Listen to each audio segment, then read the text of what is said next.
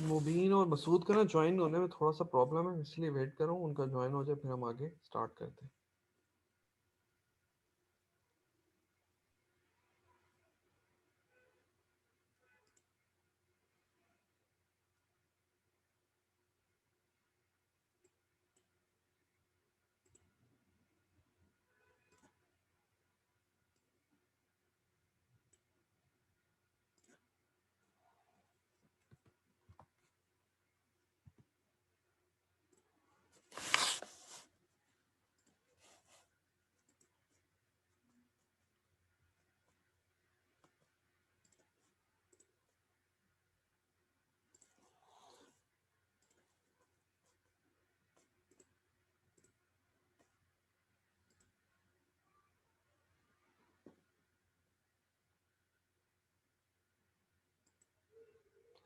अच्छा ठीक है।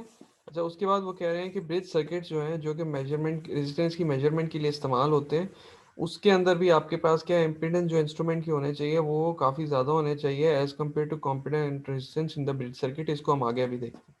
अच्छा, पहली चीज़ ये हम लोगों ने देख ली कि हमारे पास क्या होता है। हमारे पास ये होता है कि आपके पास किसी इंस्ट्रूमेंट को आप किसी पैरामीटर को आप मेजर कर रहे हो, तो उस मेजरमेंट का प्रोसेस जो है वो भी आपको क्या कहता है, एरर इंट्रोड्यूस कर देता है। जिसमें हमने एक रेजिस्टेंस वाली एग्जांपल ली थी कि आपके पास इंस्ट्रूमेंट की रेजिस्टेंस जो है वो क्या करती है, ज़्यादा इफेक्ट करती है, ठीक है, आपकी मेजरमेंट को। और दूसरा हमने देखा था कि आपके पास जो है मेजरमेंट का तरीका भी जो है वो भी बाज़ औक़ात आपकी वैल्यू को इफेक्ट करता है। एक मिनट जी आमिर। सर एक क्वेश्चन है, अगर हमें हाई पोटेंसी मतलब बहुत ज्यादा वोल्टेज होते हैं, मतलब मैं ग्रिड स्टेशन पे होता हूँ, हमारे पास वोल्टेज आते हैं केवीज में ना, जी जी। तो वहां पे हमारे पास तकरीबन तमाम मीटर जो हैं वो एनालॉग यूज होते हैं, इवन के ट्रांसफार्मर के अंदर लगे हुए मीटर भी एनालॉग होते हैं। अच्छा तो मैंने अपने एक स्टाफ से पूछा था कि यार डिजिटल क्यों नहीं लगाते, हमें एक्यूरेट वैल्यू मिल जाया करेगी। वो कहते हैं जी डिजिटल इतनी हाई वैल्यूज के ऊपर स्टेबल नहीं रहते, खराब हो जाते हैं जल्दी।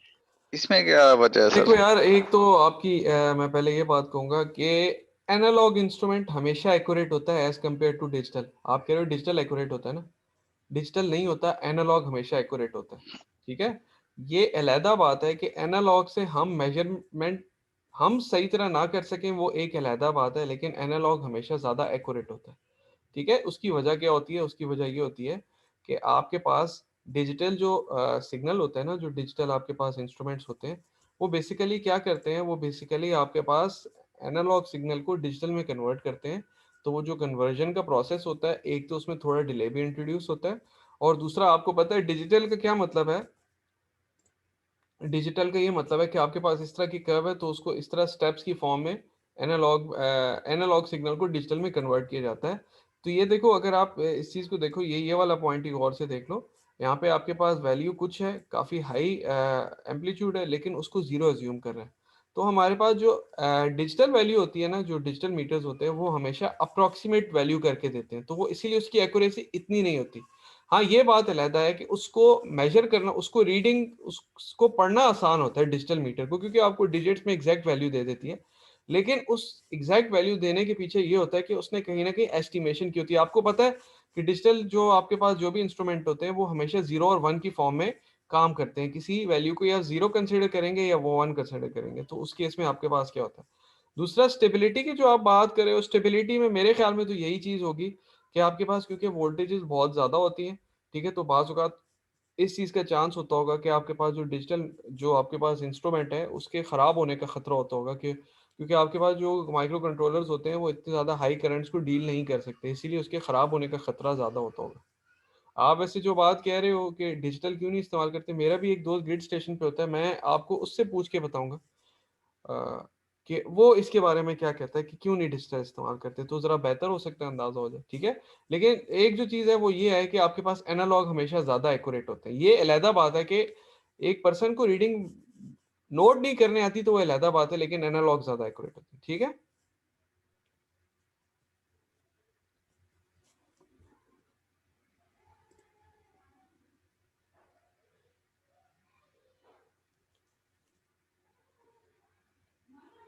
फुरकान और आसिम, आप बच्चे लेट क्यों आए हो?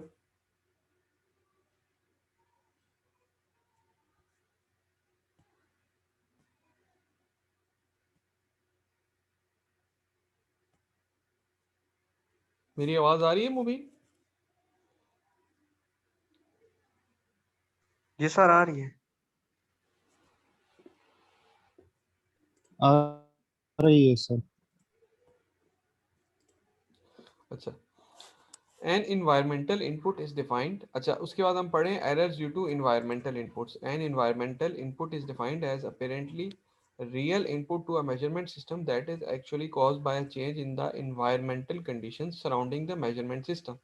अब हम देख रहे हैं कि आपके पास एरर आता है ड्यू टू इन्वायरमेंटल इनपुट्स, ठीक है, कि इन्वायरमेंट की वजह से आपके पास भी एरर आता है, ठीक है। ये कैसे आता है इसको हम आगे देखेंगे। Basically the fact that the static and dynamic characteristics specified for measuring instruments are only valid for particular environmental conditions, ठीक है। हमें पता है कि हम जब भी किसी इंस्ट्रूमेंट के बारे में बात करते हैं तो हम हमेशा ये बात करते हैं कि ये इस तरह की परफॉर्मेंस तो देगा, लेकिन स्टैंडर्ड टेम्परेचर और प्रेशर की कंडीशंस पर देगा, ये स्टैंडर्ड कंडीशंस पर देगा, ठीक है। जिस तरह आप एयर कंडीशनर जो एसी है उसकी एग्जांपल ले सकते हो कि एक कंपनी वो कहती है जी कि ये आपके कमरे को कूल रखेगा, लेकिन 55 डिग्री सेल्सियस तक, 50 डिग्री सेल्सियस तक, ठीक है। आमतौर पे इतना टेम्परेचर अचीव होना बहुत ही मुश्किल होता है। बहुत गर्म शहरों में 55 डिग्री सेल्सियस तक टेम्परेचर जाएगा, 50 भी बहुत रेयर केसेस में जाता है।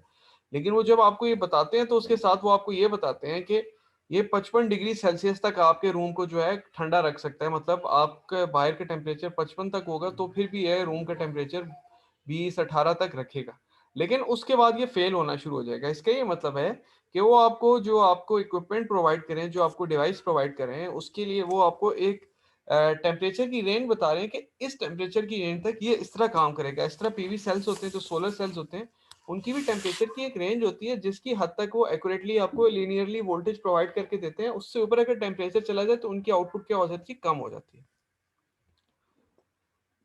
The specified conditions must be reproduced as closely as possible during calibration exercises because away from the specified calibration conditions, the characteristics of measuring instruments vary to some extent and cause measurement errors।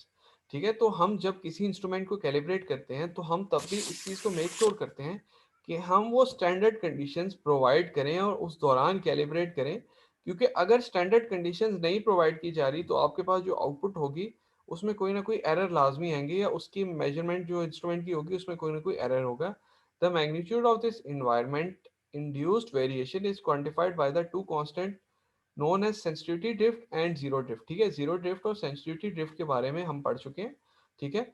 क्या चीज़ थी zero drift? आपके पास क्या थी कि zero drift की हमने example ली थी कि आपके पास फॉर एग्जांपल आपकी आपने जो इलेक्ट्रिकल इंस्ट्रूमेंट होता है वेट मेजर करने के लिए, जो दुकानों पे आजकल आपको नजर आता है, उसके ऊपर अगर आपने देखा हो एक ट्रे होती है, अगर वो ट्रे प्रॉपरली आपने प्लेस नहीं की होगी, थोड़ी बहुत टेढ़ी मेढ़ी होगी, तो आपका वेट या जरा कम या जरा ज्यादा शो होगा, ठीक है।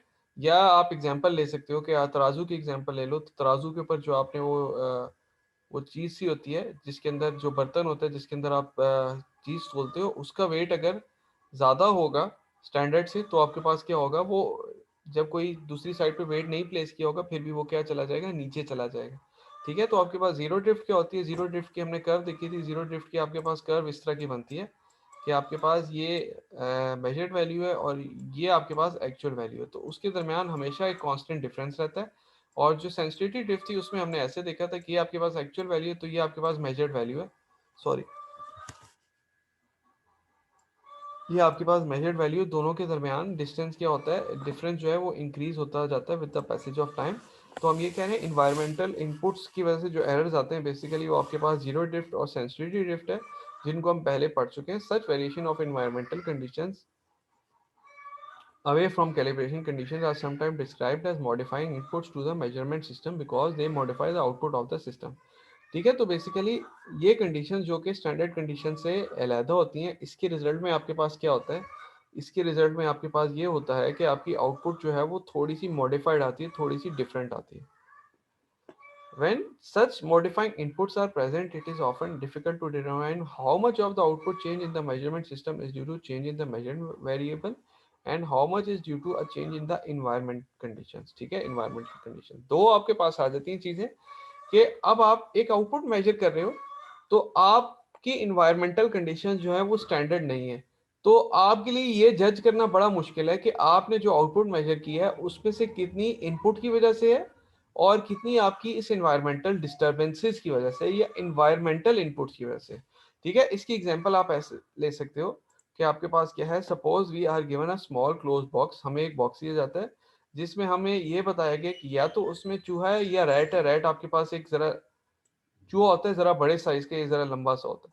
We are also told that the box weighs 0.1 kg when empty. If we put the box onto the scale, bathroom scale, and observe a reading of 1 kg, this does not immediately tell us that what's in the box because the reading may be due to one of the following reasons. ठीक है, आपको एक box दिया गया है जिसका अपना वजन 0.1 kg है और हमें यह बताया गया कि उसके अंदर या तो रैट है या माउस है। माउस चूहा और रैट जो होता है वो जरा बड़े साइज के चूहा होता है। ठीक है, अब आपने उसको एक स्केल पे रखा जिससे आपको वेट पता चला कि वेट उसका है 1 kg। इसका ये मतलब है कि आपके पास एक बड़ा चूहा है जिसका वेट है 0.9 kg।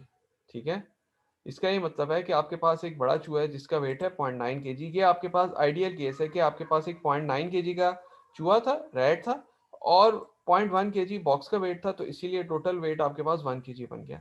सेकंड केस ये, an empty box with 0.9 kg bias on the scales due to the temperature change. आपके पास टेम्परेचर कमरे का ज्यादा है तो आपका स्केल जो है वो आपको 0.9 kg एक्स्ट्रा वैल्यू बता रहा है। एक्चुअली आपके पास खाली बॉक्स है जिसका वेट 0.1 kg शो होने चाहिए, लेकिन वो आपको बता 1 kg रहा है क्योंकि टेम्परेचर आपके रूम का ज्यादा है, उसकी वजह से वो आपको ये बायस्ड वैल्यू बता रहा है। और थर्ड ये है कि आपके पास 0.4 kg माउस है, एक माउस है, छोटा चूहा आपके पास माउस है जिसका वेट 0.4 kg है, बॉक्स का वेट 0.1 kg 0.5 kg शो होने चाहिए, लेकिन आपको 1 kg शो हो रहा है। इसका मतलब है आपके पास बायस भी है 0.5 kg का। तो थर्ड केस में आपके पास रियल इनपुट भी है और इन्वायरमेंटल इनपुट भी है। फर्स्ट केस में आपके पास सिर्फ रियल इनपुट है और सेकंड केस में सिर्फ इन्वायरमेंटल इनपुट है। ठीक है, thus the magnitude of any environmental input may be measured before the value of the measured quantity can be determined from the output reading of an instrument। तो हमारी कोशिश ये होती है कि हम environmental input को पहले measure कर लें और फिर हम अपनी measurement करें ताकि हमें पता हो कि environmental input का effect क्या है। In any general instrument measuring situation, it is very difficult to avoid environmental inputs because it is either impractical or impossible to control the environmental conditions surrounding the measurement system। अब for example हमारे lab में फर्ज करो एक metre है जिसका कहा गया है कि वो 25 डिग्री सेल्सियस पे ही आपको एक्यूरेट वैल्यू देता है। अब आपके लिए पॉसिबल नहीं है, लैब के अंदर आपको इतनी सहूलियात नहीं है कि आप लैब का टेम्परेचर 25 डिग्री सेल्सियस रखो। सर्दियों में वो आपके पास 10 डिग्री सेल्सियस तक भी चला जाता है, 5 तक भी चला जाता है, और गर्मियों में 45, इवन 47, 48 तक भी चला जाता है। तो आपके पास फिजिकली या तो इम्प्रैक्टिकल है, आपने लैब में मेजरमेंट्स लेनी है, तो आपके लिए ये प्रैक्टिकल नहीं है कि आप ऐसा सिस्टम बनाओ कि जिसके अंदर आपके पास टेम्परेचर रूम का पूरा कंट्रोल रहे। ये आपके लिए पॉसिबल नहीं है। ठीक है, system designers are therefore charge with the task of either reducing the susceptibility और measuring instrument to environmental inputs. फिर हम क्या करते हैं, जो सिस्टम को डिजाइन करते हैं वो इस तरह से डिजाइन करते हैं कि वो इन्वायरमेंटल की इनपुट से ज्यादा इफेक्ट ना हो, और alternatively quantifying the effect on environmental inputs, या हम एनवायरमेंटल इनपुट्स को क्या करते हैं, ऑब्जर्व करते हैं, उसके इफेक्ट को क्वांटिफाई करते हैं और फिर आखिर में अपनी वैल्यू जो मेजर हो रही है उसको करेक्ट करते हैं उस एनवायरमेंटल इफेक्ट को सब्ट्रैक्ट करके या ऐड करके। ठीक है, इन टेक्निक को हम आगे देखेंगे। अच्छा, उसके बाद आपकी मेजरमेंट में जो एरर आता है, सिस्टमेटिक एरर की एक और रीजन आपके पास क्या है, वेयर। वेयर किस चीज को कहते हैं, कोई बताना चाहेगा? वेयर एंड टेयर भी इसको कहा जाता है, कोई बताना चाहेगा इसका मतलब क्या होता है?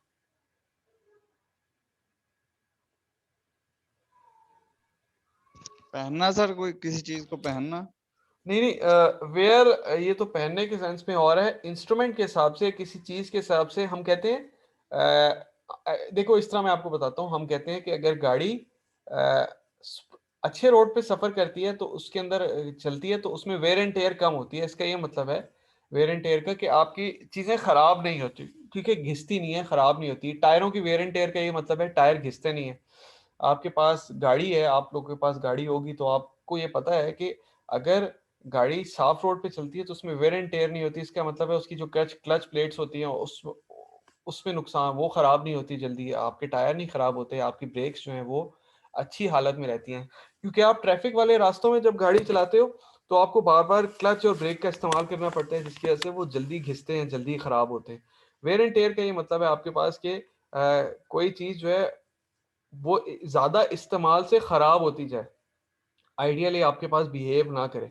ठीक है, जिस तरह आप जूतों की एग्जांपल ले सकते हो, अगर आप बहुत ज्यादा चलते हो तो आपके जूते नीचे से घिसने शुरू हो जाएंगे। इसी तरह आप और किस चीज की एग्जांपल ले सकते हो, कोई आप लोग भी यार एग्जांपल दो वेयर एंड टेयर की, आपको समझ तो आ गई होगी।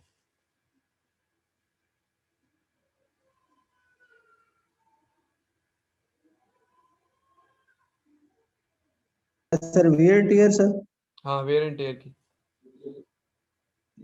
जो ऊपर उसके ऊपर जो वियर टियर यही होती है ना सर, जो उसकी मेंटेनेंस कॉस्ट समझ लें और क्या। बच्चे, वेयर एंड टेयर का आप सिंपल मतलब ये ले सकते हो कि आप जब एक चीज को इस्तेमाल करते जाते हो तो with the passage of time वो क्या होता जाता है, वो आइडियली डेप्रिसिएशन हाँ कॉस्ट होती है सर, जो उसकी वो हाँ कम कम बिल्कुल, काटते उसकी जाते हैं। परफॉर्मेंस भी खराब होती जाती है, उसकी प्राइस भी कम होती जाती है। जिस तरह एग्जांपल आप ले सकते हो, एक शू ब्रश की ले सकते हो, या शू शाइनर की एग्जांपल ले सकते हो, कि आप जब शू शाइनर को नया लेके आते हो तो वो किसी और तरह शाइन देता है, लेकिन with the passage of time वो घिसता जाता है, और उसकी शाइन देने की जो एबिलिटी है वो भी क्या होती जाती है, कम होती जाती है। ठीक है, तो इसी तरह इंस्ट्रूमेंट्स भी हैं, इंस्ट्रूमेंट्स को भी जब आप लगातार इस्तेमाल करते रहते हो तो अगर आप उनकी मेंटेनेंस नहीं करते हो तो उनमें वेयर एंड टेयर आती जाती है, जिसकी वजह से उनकी परफॉर्मेंस क्या होती जाती है, डिक्रीज करती जाती है। तो ये आपके पास वेयर है कि with the passage of time क्या होता है, आपका इंस्ट्रूमेंट जो है वो इस्तेमाल ज्यादा होने की वजह से आपको सही तरह काम करके नहीं देता।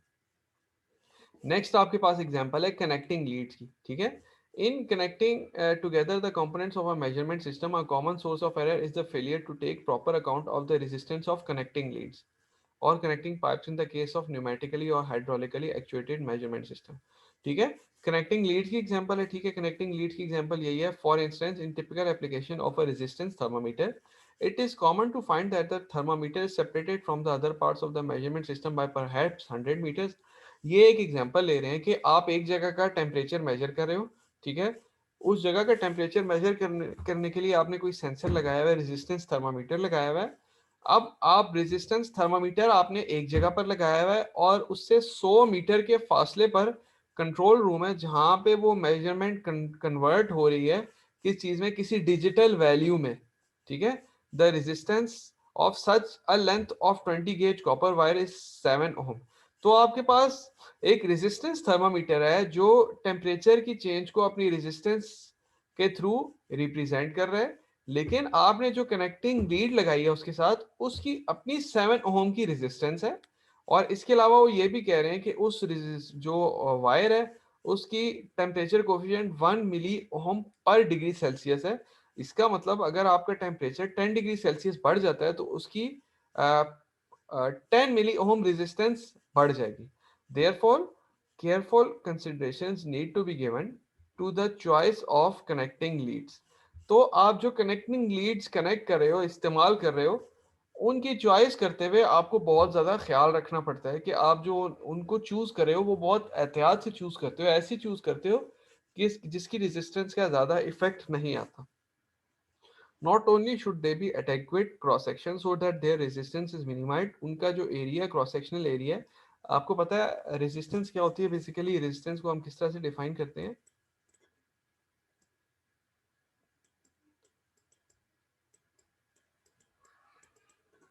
R is equal to rho L over A के थ्रू हम डिफाइन करते हैं। ठीक है, R is equal to rho L over A के थ्रू डिफाइन करते हैं। तो अगर हम इसको देखें तो उसका अगर एरिया कम है तो उसकी रेजिस्टेंस क्या हो रही है? कम हो रही है। But they should be adequately screened if they are thought likely to subject to electrical और magnetic fields that could otherwise cause induce noise. लेकिन इसके अलावा हमें क्या करना पड़ता है? उसको शील्ड करना पड़ता है या स्क्रीन करना पड़ता है ताकि उसको नॉइज से बताए, इलेक्ट्रिक या मैग्नेटिक फील्ड से बचाया जा सके। When screening is thought essential then the routing of cables also need careful planning। इसके अलावा वो ये एग्जांपल भी दे रहे हैं कि आप क्या कर रहे हो, आप ने एक कंट्रोल रूम के अंदर आप मेजर कर रहे हो रेजिस्टेंस थर्मामीटर के थ्रू रेजिस्टेंस। अच्छा, अब वायर किस रास्ते के थ्रू आएगी ये भी क्रिटिकल है। अगर आपको एक रास्ते के थ्रू, एक ऐसे रास्ते के थ्रू, एक ऐसे पाथ के थ्रू आप वायर लेके आ रहे हो जहां पे आपके पास इलेक्ट्रिक और मैग्नेटिक फील्ड्स हैं जो वो भी आपके रिजल्ट को चेंज कर सकती हैं, तो आप उस वायर को रीराउट करोगे किसी ऐसे पाथ के थ्रू जहां से आते हुए आपके पास रेजिस्टेंस जो है क्या है, वो इतनी ज्यादा जो आपकी इलेक्ट्रिक फील्ड है वो इतनी ज्यादा आपकी वैल्यू को इफेक्ट नहीं करे। एक मिनट बच्चे, एक मिनट रुकना।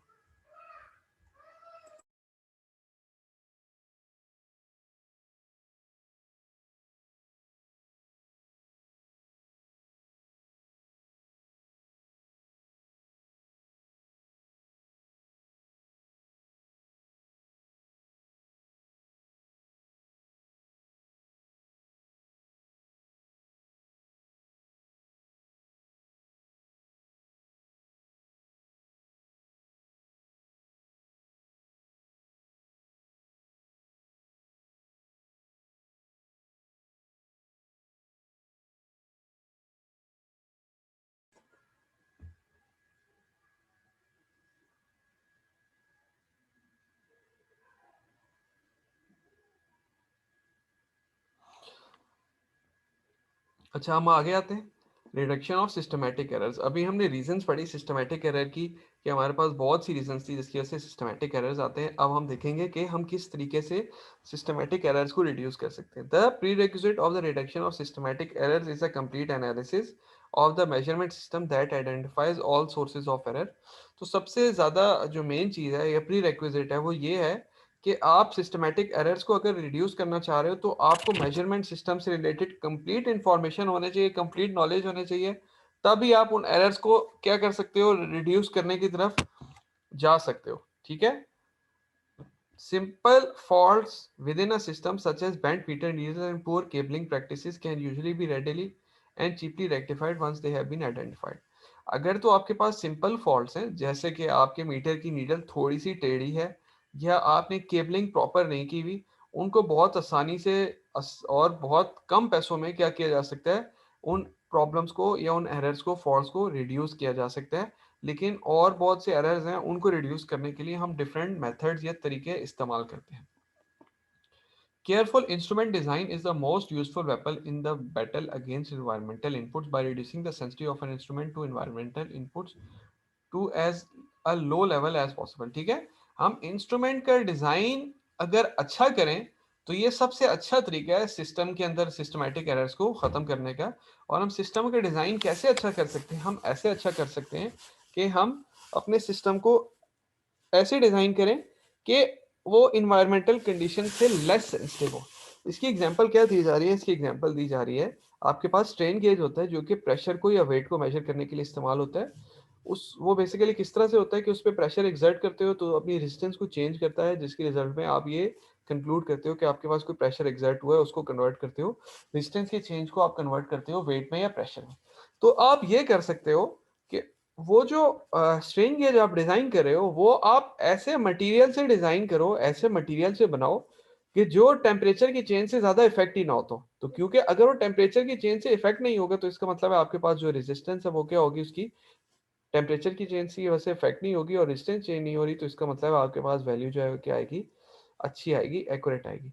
However, due to the way in which an instrument is designed are not always easy to correct, and a choice often has to be made between high cost of redesign and alternative or accepting the reduced measurement accuracy if redesign is not undertaken। लेकिन आप ये चीज भी हमेशा देखते हो कि आप एक इक्विपमेंट को रीडिजाइन तो कर रहे हो, आप ऐसा मटेरियल तो इस्तेमाल कर रहे हो कि जो टेम्परेचर के चेंज की वजह से अपनी रेजिस्टेंस को चेंज नहीं करता, लेकिन क्या वो आपको इकोनॉमिकल भी पड़ रहा है कि नहीं पड़ रहा। तो आप हमेशा कॉम्प्रोमाइज करते हो किस चीज में, इक्विपमेंट की कॉस्ट में और इक्विपमेंट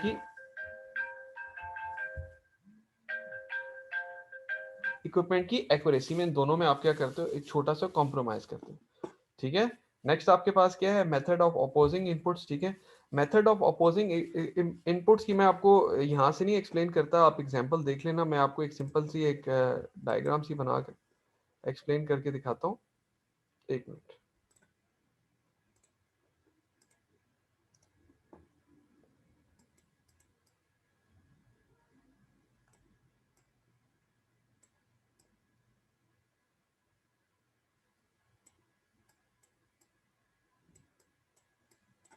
ये डायग्राम जरा रफ बनी है, लेकिन ये क्या चीज बनाई है, कोई मुझे बता सकता है?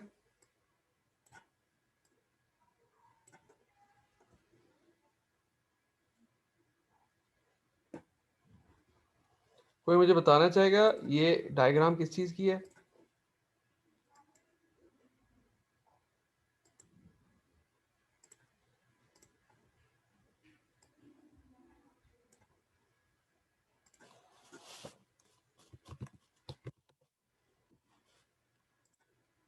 मुबीन मेरी आवाज नहीं आ रही है, आप लोग नहीं बोल रहे हो?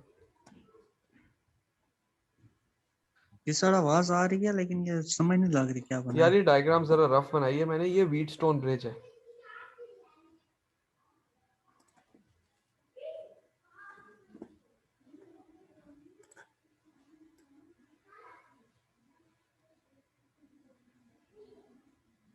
व्हीटस्टोन ब्रिज किस लिए इस्तेमाल होता है मुबीन?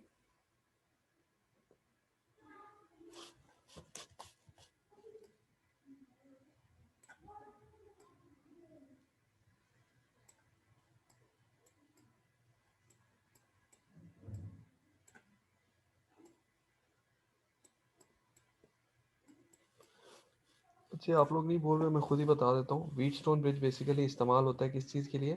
अननोन रेजिस्टेंस फाइंड करने के लिए इस्तेमाल होता है। ठीक है, अब आपके पास फर्ज करो ये आर एक्स है, मैं आपको प्रोसेस नहीं बताता किस तरह अननोन रेजिस्टेंस फाइंड करते हैं, लेकिन बाज़ ऐसा होता है कि ये रेजिस्टेंस टेम्परेचर की वजह से वेरी कर रही है, तो हम क्या करते हैं ये रेजिस्टेंस भी इसी मटेरियल से लगा देते हैं जिस मटेरियल से ये बनी होती है, ताकि आपके पास जितने टेम्परेचर की चेंज की वजह से ये चेंज हो उतना ही आपके पास ये चेंज हो। मैं आपको यहाँ पर एक और एग्जांपल देता हूँ जो बुक में, यही देख लो यार। ये डायग्राम देख लो, आपके पास क्या है, आपके पास ये कॉइल है, ठीक है। ये आपके पास एक हम उन्होंने कहा हुआ है आपके पास एक मीटर है, ठीक है, वोल्ट मीटर आप कंसिडर कर लो। आपके पास एक वोल्ट मीटर है, ठीक है, जिसकी परमानेंट मैग्नेट के थ्रू एक फील्ड दी हुई है, एक कॉइल है, ठीक है। जब आप वोल्ट मीटर को कनेक्ट करते हो तो कॉइल में करंट फ्लो करता है, जिसकी वजह से एक फोर्स प्रोड्यूस होती है और आपके पास नीडल जो है वो मूव करती है। लेकिन आपके पास प्रॉब्लम ये है कि टेम्परेचर जब इन्वायरमेंट का चेंज हो रहा है तो आपके पास क्या होता है कि इसकी रेजिस्टेंस चेंज हो रही है, जिसकी वजह से आपके पास सुई की डिफ्लेक्शन गलत तरीके से हो रही है। तो आप क्या करते हो, एक कंपनसेटिंग रेजिस्टेंस भी इसके साथ कनेक्ट कर देते हो। कंपनसेटिंग रेजिस्टेंस के कनेक्ट करने से आपको क्या होता है, ये कंपनसेटिंग रेजिस्टेंस आप ऐसे मटेरियल की कनेक्ट करते हो कि ये कॉइल से ऑपोजिट बिहेव करती है। इसका मतलब है अगर टेम्परेचर के बढ़ने से कॉइल की रेजिस्टेंस बढ़ रही है तो इस कंपनसेटिंग रेजिस्टेंस की रेजिस्टेंस कम हो जाती है, आपके पास ओवरऑल रेजिस्टेंस सेम रहती है, जिसकी वजह से आपके पास करंट का फ्लो सेम रहता है और आपके पास डिफ्लेक्शन सेम रहती है। मैं फिर से रिपीट करता हूँ, आपके पास कॉइल है, ठीक है, इनिशियली उसकी रेजिस्टेंस क्या है, फर्ज करो आपके पास 10 ओम है, ठीक है, 10 ओम है, उसके क्रॉस करंट फ्लो करता है जो कि फर्ज करो 10 न्यूटन की फोर्स प्रोड्यूस करता है और आपकी जो सुई है, जो नीडल है, वो डिफ्लेक्ट कर जाती है। अब आपके पास टेम्परेचर की चेंज की वजह से क्या हुआ, टेम्परेचर की चेंज की वजह से आपकी रेजिस्टेंस होगी 20 ओम। अब आपकी रेजिस्टेंस जब 20 ओम होगी है तो अब आपके पास सेम करंट, फर्ज करो 1 एम्पेयर का करंट पहले था, अभी 1 एम्पेयर के करंट जो फोर्स प्रोड्यूस कर रहा है वो 8 न्यूटन प्रोड्यूस कर रहा है। 8 न्यूटन फोर्स प्रोड्यूस करने का ये मतलब है कि अब आपके पास सुई की जो डिफ्लेक्शन है वो पहले की निस्बत कम है। हालांकि आपके पास पहले भी 1 एम्पेयर का करंट था, अब भी 1 एम्पेयर का करंट है, लेकिन क्योंकि टेम्परेचर के चेंज होने से रेजिस्टेंस चेंज हो गई है, इसीलिए डिफ्लेक्शन की फोर्स क्या होगी, आपके पास कम होगी। तो हम क्या करते हैं, हम ये जो 10 ओम वाली रेजिस्टेंस है, इसी सर्किट में क्या करते हैं, एक और 10 ओम की रेजिस्टेंस लगा देते हैं, लेकिन उसका टेम्परेचर कोफिशिएंट नेगेटिव होता है। इसका मतलब है कि अगर टेम्परेचर के चेंज की वजह से ये बढ़ेगी तो ये उतनी ही कम होगी। तो अब अगर आपके पास 10 ओम वाली रेजिस्टेंस टेम्परेचर की वजह से 20 ओम होगी है तो ये आपके पास कम होकर 0 ओम हो जाएगी और आपके पास ओवरऑल जो करंट का फ्लो है वो पहले भी 20 ओम से हो रहा था, अभी 20 ओम से होगा और आपके पास अभी भी 10 न्यूटन की फोर्स प्रोड्यूस होगी, अभी भी उतनी ही सुई की डिफ्लेक्शन प्रोड्यूस होगी। तो ये हमारे पास एक और तरीका है सिस्टमैटिक एरर को रिड्यूस करने का। ठीक है, यहाँ पर मैं लेक्चर एंड करता हूँ। ठीक है, तो इंशाल्लाह नेक्स्ट क्लास में आपसे मुलाकात होगी। ये लेक्चर्स मैं अपलोड कर दूंगा, बुक भी मैं अपलोड कर दूंगा, जिस टॉपिक्स में पढ़ाता हूँ वो अलहदा से मैं पेजेस भी अपलोड कर दूंगा, उसको देख लेना एक दफ़ा। हम इंशाल्लाह आपका एक आध में सरप्राइज क्विज लाजमी लूंगा, तो कोशिश करो कि जितना आप पढ़ चुके हो उसको कवर रखो। ठीक है, थैंक यू, अल्लाह हाफिज। कोई क्वेश्चन तो नहीं है आप लोगों का? आज एक उस्मान नहीं आया और दूसरा मुबीन, मुझे बताओ वो कौन सा लड़का था जो कह रहा था कि उसने अपनी वालदा को लेके जाना है? अब्दुल मोइज नासिर था? ये सर वही था। अच्छा ठीक है। किसी का कोई क्वेश्चन हो तो ठीक है, नहीं तो मैं लेक्चर एंड करता हूँ।